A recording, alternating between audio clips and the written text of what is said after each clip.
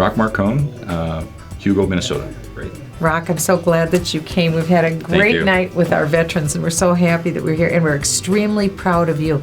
Would you let everyone know what your rank was, what military branch you were in? Right. I was in the Army. I retired as a lieutenant colonel in 2006. And how many years? 26 years.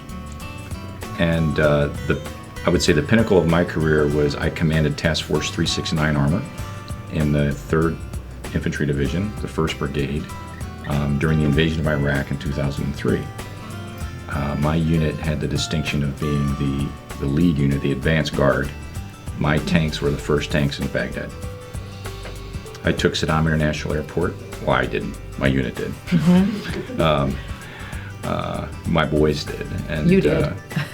And we fought, one of the biggest battles in Iraq was the Battle for the Peach Bridge. It actually was a defensive battle, which was kind of interesting. We were attacked by 3 Iraqi brigades, about 10,000 Iraqis, 50 to 60 tanks, and a couple hundred personnel carriers against 1 battalion of 1,200 men. And we won, by the way. And how long did that take, that engagement? It started on April the 2nd. We took the bridge at 1700 hours, approximately. And what does that mean for people who? 5 o'clock. 5 o'clock p.m. Yeah, p.m. And then we had to do a boat assault, an RB-15 boat assault, to seize the bridge in daylight. Afterwards, I used to talk about it. And you think of Baghdad, you don't think of water. You know, the Euphrates River is pretty big. Isn't that amazing? So is the Euphrates River. Yeah. We had to put engineers and infantry in boats to secure the bridge because the bridge was mined. And what we didn't want to have happen is that... You knew that it was mined? Yeah, or we you knew assumed? that. Okay. No, we knew that.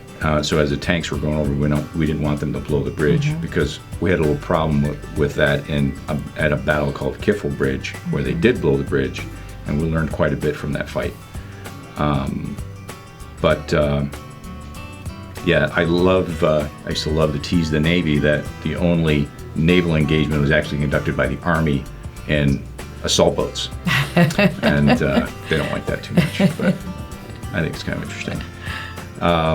Yeah, one of my favorite pictures as I look back are us dragging these boats across the desert. No, they were on a big transport carrier. So the boats were sitting on the back of it. Okay. And so they were all full of dust and everything. You got to be thinking, why are these guys dragging boats through the middle of the desert? It's a pretty funny picture. You got all these armored vehicles, and then you won. And you're protecting these boats. But the battle started at 5 o'clock, and it ended the next morning at 5 a.m. And we fought continuously. We fought through Karbala Gap, defeated a small force there. And then on our way to the bridge, we fought the 14th Brigade, finished destroying that brigade, and we didn't know it at the time. We just thought it was Iraqi, insurgents coming out from the river line, but it actually was the 14th Brigade. And we got to the bridge. We seized the bridge in good order, destroyed the Iraqi reconnaissance battalion that was protecting it. And then that night, the big battles ensued. The Iraqis threw everything they had against us that night. General Hamdani was the Iraqi commander. He was a lieutenant general. And there's quite a bit of literature written on it. And the American soldiers fought bravely, superbly. And I will tell you the Iraqis did too. I think there's a big misconception that the run to Baghdad was something that was very easy. It was extremely difficult. The Iraqis, I thought, fought very well, especially that night. They tried to synchronize, all their forms of contact. They tried to get their armor and artillery and everything to work for them, and they fought very bravely that night. Did you lose men? We did not. We had 26 wounded. You're 26 wounded. That night. Have you?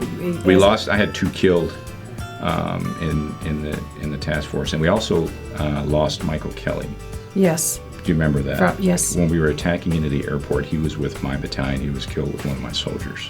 So, can you talk a little bit about what that's like to have a fallen soldier under your command? I think the hardest thing I've ever had to do was to write the letter home. It's extremely difficult and painful to write it, and unfortunately, my soldiers were married with children, one brand new baby. To write that letter home to that spouse, and then write the letter home to the parents on what it, And it's your job. It's your job. You got to do it. Yeah. That's Yeah. right. I make those calls to our fallen when they come, and it's Very difficult. It's very difficult because it is the greatest moment of authenticity Yeah. that anyone can have. The worst news anyone could ever hear, It really is. and it shows the cost of liberty. Yeah, and what's so interesting, I think, and when I get asked to speak, and I like to do it. In fact, you and I were together at the All Ranks Ball, if you remember. And it was a delight too. Yeah. And my message is that, what makes us different, what makes us special as a people, why we have such great Americans that volunteer to serve. It's because we don't fight for an idol. We don't fight for a person. We don't fight for something that's tangible or worth. We fight for an idea. That's the key that people don't understand. That's what makes us better than everybody else on the battlefield. We fight for an idea, and that idea is freedom. That's what we fight for. We fight to protect and defend the Constitution of the United States, which is an idea that all men are created equal. And your guys get it. They get it. Of course they get it. It's that idea. It's for that guy to your left and that guy to your right. But what binds us as a people? It's the Constitution. That's right. It's the defense of the Constitution is why you raise your right hand to serve. That's right. And so it makes it very, people a lot of times ask me why, why is the American Army so good?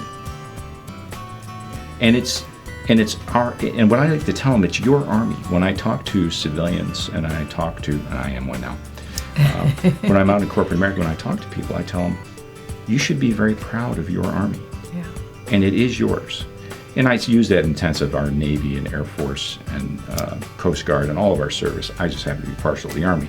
But, but it's your Army. It's your armed forces. You should be proud of it. That's right. You should cherish it. And Memorial Day is the day that you should celebrate that that gift that you have, which is your armed forces. You've given exactly the right message. Exactly. Thank you. Well, I lived it for 26 years, and it's always been very important to me, very special to me. I was very honored to be entrusted with what I consider America's treasure, and that's its sons and daughters. And there is no greater honor as a leader, as an officer or a non-commissioned officer, than to lead the sons and daughters of America. And that I am very proud of, having been given the mantle of leadership and that responsibility is something that I'll never forget. It's a life well lived. Thank you. Thank you for what you've given to our nation. Thanks. Thank you, Rob. That's beautiful.